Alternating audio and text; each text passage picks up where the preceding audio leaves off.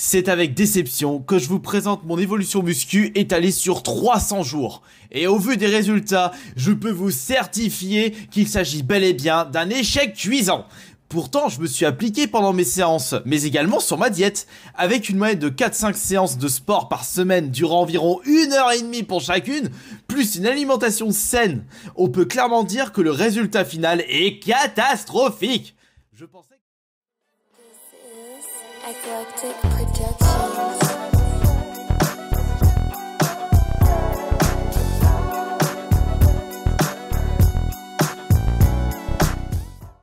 Team, bonjour et bienvenue dans cette nouvelle vidéo. Ouais, je sais, ça fait quelques temps qu'on s'était pas vu. En fait, je me suis fait kidnapper, j'étais dans une grotte et j'avais juste une Stanley Cup pour faire mes besoins. Non, je rigole, je suis en train de travailler sur notre futur studio qui va être prêt d'ici quelques semaines et ce studio me prend tout mon temps, toute mon énergie, tout mon argent, toute ma bonne humeur, toute ma santé mentale. Mais quand il va être terminé, vous allez voir, ça en valait la peine. Croyez-moi, je suis en train de m'appliquer pour vous faire un truc incroyable. Bref, c'est pas le sujet du jour, mais avant de parler du sujet du jour, on va faire un deal ensemble, toi et moi. Le deal, c'est que tu t'abonnes à la chaîne et moi, en retour, je fais des vidéos. Voilà.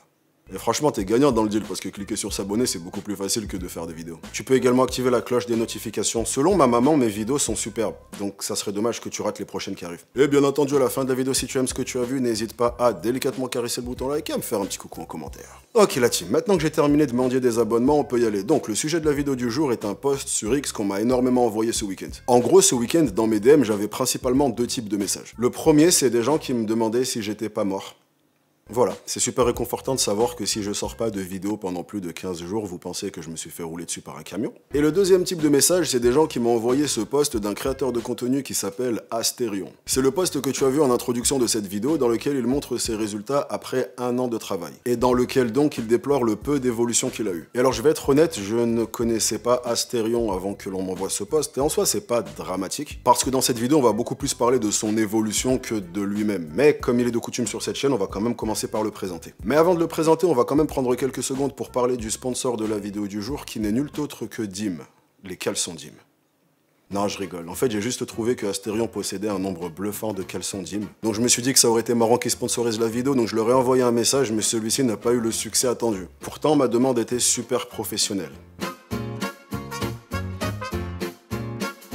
Du coup, on peut reprendre la vidéo. Asterion est un YouTuber suivi par plus de 600 000 personnes. Il réalise principalement des vidéos unboxing, des vidéos sur la tech ou encore sur les jeux vidéo. Il fait aussi des lives Twitch et des vidéos bouffe sur TikTok. Voilà, c'est un résumé hyper concis et si jamais tu as des éléments pour étoffer la biographie, l'espace commentaire est là pour ça. Mais ce qui nous intéresse principalement sur Asterion, c'est que comme je l'ai dit, il a décidé d'entamer une transformation physique il y a 300 jours et donc il nous partage les résultats. Et comme il le dit lui-même, ou comme tu as pu le remarquer en regardant la vidéo, son physique a extrêmement peu changé. Selon certains commentaires, c'était même mieux au début. Chose que t'as pas vraiment envie d'entendre quand t'essayes de te transformer. Bon alors du coup, tu penses quoi de mon évolution? Écoute, je trouve que t'as pas régressé tant que ça, hein. Pour quelqu'un qui a pas fait de sport et qui a pas surveillé son alimentation pendant un an, franchement, t'as bien sauvé les meubles. Donc c'est prometteur, hein. Si demain tu t'y mets sérieusement, tu pourras bien progresser, je pense. Je me suis entraîné tous les jours et j'ai parfaitement suivi ma diète.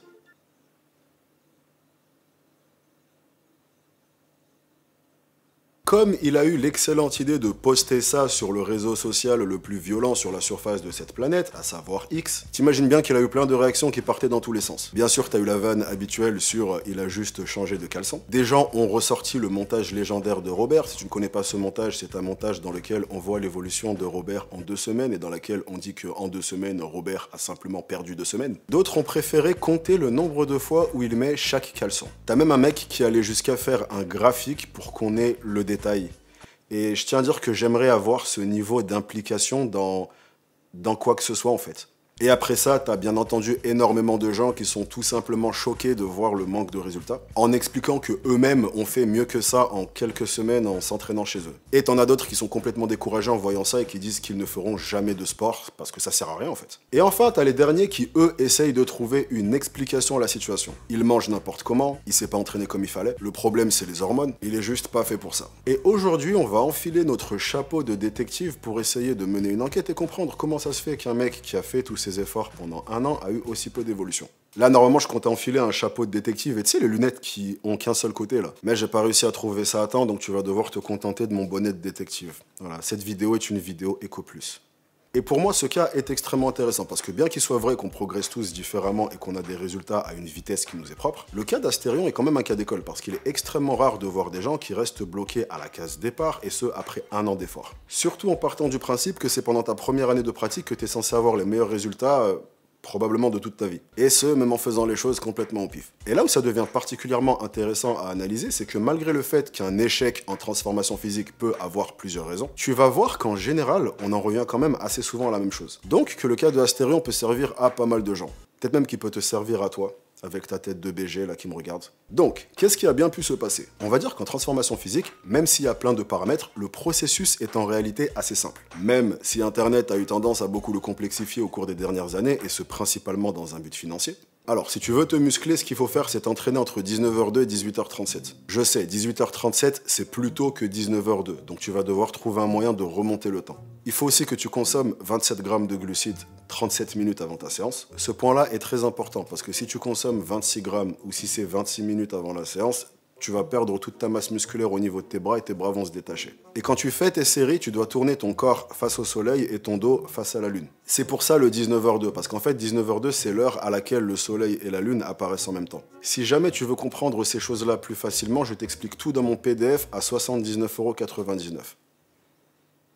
La réalité, c'est qu'en prenant les choses à la base, ta transformation physique va dépendre en grande partie de 3 paramètres. Ton alimentation, ta façon de t'entraîner et ton hygiène de vie. Donc, commençons par l'alimentation. Alors, si je commence par l'alimentation, c'est pas pour rien. C'est tout simplement parce que c'est le paramètre le plus important en ce qui concerne ta transformation physique. Et c'est également la chose principale qui empêche la plupart des gens d'évoluer. Et on n'a pas énormément d'informations sur la manière dont Astérion s'alimente, voire même aucune information. Mais ce qu'on sait, c'est que si jamais ton taux de masse grasse est resté identique, alors tu n'as pas été en déficit calorique. Un déficit calorique, c'est quand tu consommes moins de calories que ce que tu dépenses. Et l'erreur qui est de très loin celle que je vois le plus souvent à ce sujet et dont je parle à chaque fois que j'en ai l'occasion, c'est le fait que très peu de gens comptent leurs calories. J'irai même encore plus loin, énormément de gens voient ça comme un truc toxique. Ils parlent d'orthorexie, d'obsession, de TCA. Et bien qu'il soit vrai que certaines personnes développent un rapport obsessionnel avec le fait de compter leurs calories, il est également vrai que tu as besoin d'avoir une forme de précision en ce qui concerne ton apport calorique. Il y a un moment, j'avais fait une vidéo sur une émission qui s'appelle Secret Eaters, dans laquelle ils prennent des gens qui expliquent ne pas réussir à perdre du poids et ils calculent exactement et dans la précision leurs calories. Et systématiquement, à chaque fois, ces personnes consommaient plus de calories que ce qu'elles pensaient consommer. Parfois, on passait même du simple au double. Et j'ai déjà vu énormément de personnes s'entraîner un peu au hasard et avoir pourtant de super résultats. Mais en ce qui concerne ton alimentation, c'est beaucoup moins possible. Et faire les choses au pif dans ce domaine revient à se tirer une assez jolie balle dans le pied. Tu ne perdras pas du poids si tu n'es pas en déficit calorique,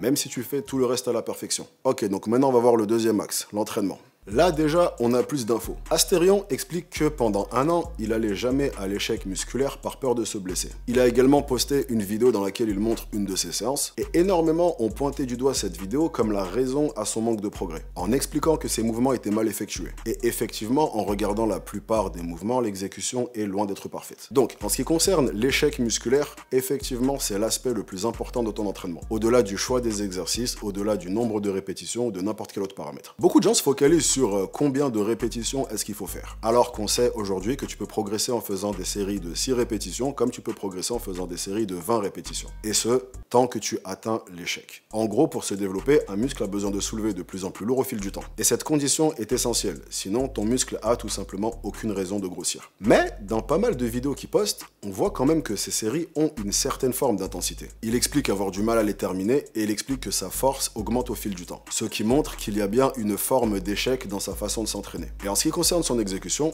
bien que celle-ci ne soit pas parfaite, elle devrait être suffisante pour qu'il progresse. Très peu de gens ont des exécutions parfaites dès leur première année. Et il y a énormément de gens qui progressent en ayant des exécutions qui sont tout à fait similaires à la sienne. Donc, on en revient à l'alimentation. Si une personne s'entraînait exactement comme Astérion s'entraîne, mais avec une alimentation optimale, cette personne aurait des résultats. Et c'est donc tout naturellement qu'on en arrive au troisième paramètre, vie en général. Il y a 3 points principaux qui ont été soulevés, soit par Astérion lui-même, soit par des gens en commentaire. Son âge, il a 38 ans, sa génétique, ou encore le fait qu'il n'a jamais pratiqué de sport de toute sa vie. Et en fait, bien que toutes ces choses soient importantes, elles vont généralement dicter la vitesse à laquelle tu progresses. Mais elles vont très rarement t'empêcher purement et simplement de progresser. On a effectivement tous des génétiques différentes qui nous permettent de progresser à telle ou telle vitesse. En prenant de l'âge, on peut effectivement avoir tendance à avoir des progrès qui sont moins rapides, et encore. Et si on n'a jamais fait le moindre sport, on aura effectivement beaucoup moins de prédispositions. Mais malgré tous ces paramètres, on progressera quand même. On progressera plus ou moins vite, mais on progressera.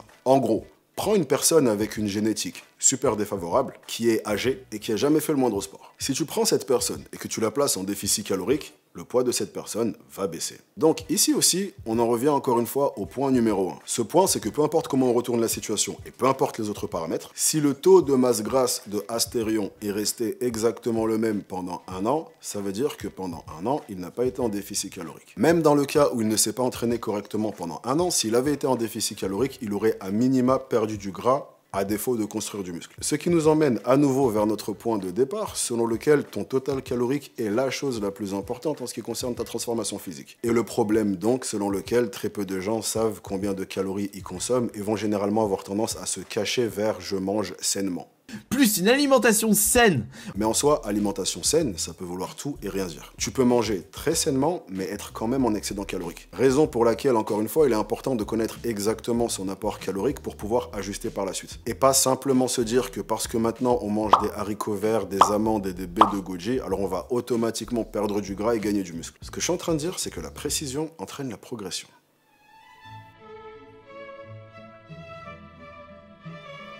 Bon allez, vidéo terminée, il est temps pour moi de tirer ma révérence, mesdames et messieurs. Bon et promis, je reprends le rythme de vidéo habituel parce qu'après il y en a qui s'inquiètent. Non mais en tout cas c'est rassurant de savoir que si demain il m'arrive un truc, je peux compter sur vous pour me retrouver. Ça me touche droit en plein cœur. Bref, j'espère que vous avez apprécié ce moment en ma compagnie. Merci à vous d'être resté avec moi pendant toute la vidéo. Si vous êtes encore là, commentez détective. D'ailleurs, si quelqu'un a le lien pour commander la tenue de détective, faites péter, comme ça au moins on l'aura pour la prochaine fois. La team, rejoignez-moi sur Instagram et sur X pour faire plus ample connaissance, et moi je vous chope sur la prochaine. En attendant, prenez soin de vous. Ne lâchez rien, bien entendu, soyez sexy. Peace! Man, hey! Najmi team, soyez sexy, yeah, yeah, man, yeah, man.